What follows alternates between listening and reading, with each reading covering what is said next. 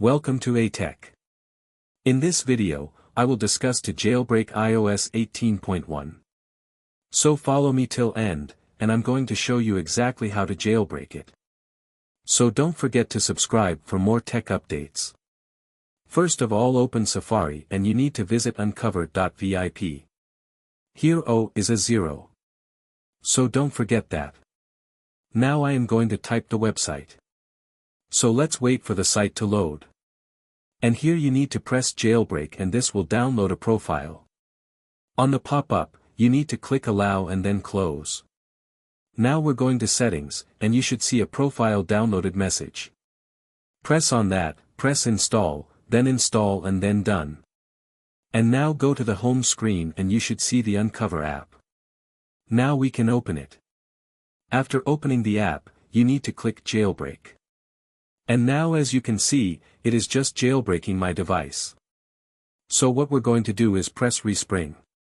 And what this will do is basically restart the device with cydia. You do not need to do anything on this screen. Just wait for this to finish. As you can see now, the phone has been restarted. So let's get in. And we did get the app right here. So be sure to go in and try this out for yourself. Get the word out because this is super cool. And now we can install all of our favorite jailbreak tweaks and all the cool stuff. So as you can see, we got everything here. This is pretty crazy, all the packages and stuff, and we can just go to the search and search for something. I saw a really cool tweak called Bridge that can change the whole home screen, and with this one I think you also get the floating dock. So let me type this in. Okay, this is the one, let me install it. As you can see now the tweak is being downloaded and installed on our phone. Pretty cool, huh? This tweak requires another respring, so let me do that.